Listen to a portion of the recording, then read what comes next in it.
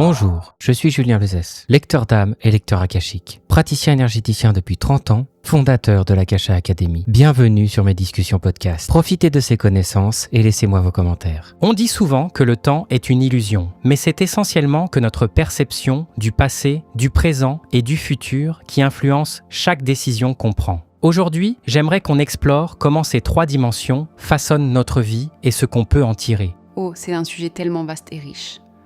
On parle tout le temps du passé, du présent et du futur, mais rarement de la manière dont ils interagissent entre eux. Alors, par quoi on commence ? Commençons par le passé. Notre passé n'est pas juste une série d'événements figés. Il est vivant en nous. Il nous façonne. Il influence nos choix, nos réactions et même nos émotions. Mais ce n'est pas forcément une mauvaise chose. Ce qui compte, c'est ce qu'on en fait. C'est que même les expériences les plus difficiles peuvent devenir des ressources. Par exemple, les traumatismes ou les échecs, aussi douloureux soient-ils, peuvent nous apprendre des leçons précieuses. Mais pour ça, il faut d'abord les accepter, non ? Et notre passé peut aussi être utile aux autres. Ce qu'on a vécu, ce qu'on a appris, peut parfois inspirer ou aider quelqu'un d'autre. C'est une manière de transformer nos expériences personnelles en quelque chose de plus grand. Oui, et je pense que ça nous pousse à avoir une certaine humilité.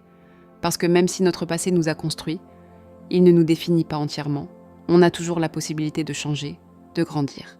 Mais pour ça, il faut d'abord faire la paix avec son passé.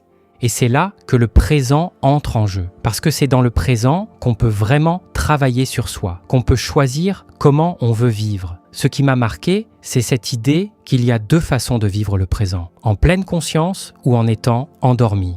Oui, c'est tellement vrai. La pleine conscience, c'est être là, vraiment là, dans l'instant.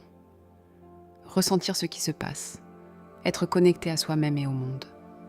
Alors que quand on est endormi, on passe à côté de tout ça.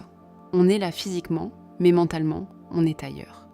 Et c'est tellement facile de tomber dans ce piège. Combien de fois on se surprend à penser au passé ou à s'inquiéter pour l'avenir, au lieu de profiter de ce qu'on a maintenant. C'est comme si on remettait notre bonheur à plus tard, alors que tout se joue dans l'instant présent. Oui, et ce qui est beau, c'est que vivre en pleine conscience ne veut pas dire que tout est parfait. Ça veut juste dire qu'on est là, qu'on ressent, qu'on vit pleinement.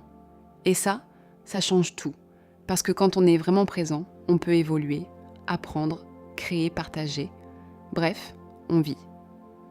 Mais il y a aussi une autre dimension du présent que je trouve fascinante, celle de l'observation. Parce que pour vraiment comprendre ce qu'on vit, il faut parfois prendre du recul. C'est un peu paradoxal, non ? Être dans l'instant présent, mais en même temps s'en détacher pour mieux le voir. Oui, mais c'est essentiel.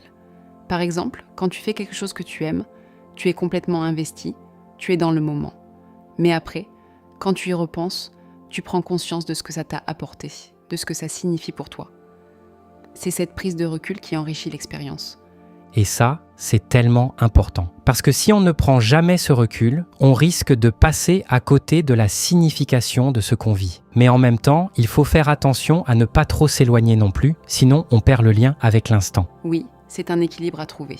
Et je pense que ça demande de se connaître, de savoir ce qui nous fait vibrer, ce qui nous rend uniques. Parce que quand on est en phase avec soi-même, on peut vraiment vivre pleinement le présent, et ça c'est précieux. Et c'est là qu'on arrive au futur. Parce que le futur, c'est un peu le prolongement de ce qu'on vit maintenant. Ce qui m'a marqué, c'est cette idée que le futur est composé de nos actes et de nos intentions. C'est ce qu'on dessine, ce qu'on choisit d'apporter au monde. Le futur, c'est à la fois quelque chose qu'on peut anticiper et quelque chose qui reste incertain. On a des pressentiments, des intuitions, mais on ne peut jamais être sûr de ce qui va arriver.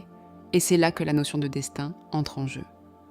Ah, le destin, c'est un concept tellement spécifique. Ce que j'ai retenu, c'est que le destin, ce n'est pas quelque chose de figé. C'est un chemin qui nous est proposé, mais on reste libre de nos choix. On peut suivre ce chemin ou s'en éloigner, mais d'une manière ou d'une autre, on finit toujours par y revenir. Oui, notre liberté comme nos choix sont influencés par tellement de choses. Notre passé, notre présent, nos émotions, nos peurs. Et parfois, savoir ce qui pourrait arriver peut changer la donne.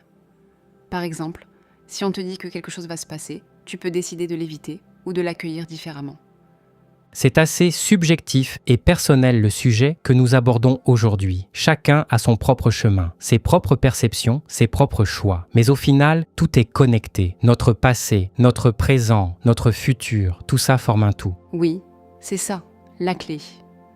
comprendre que tout est lié, que chaque instant compte, que chaque choix a un impact. Et surtout, ne pas avoir peur de l'inconnu. Parce que même si le futur est incertain, il est aussi plein de possibilités.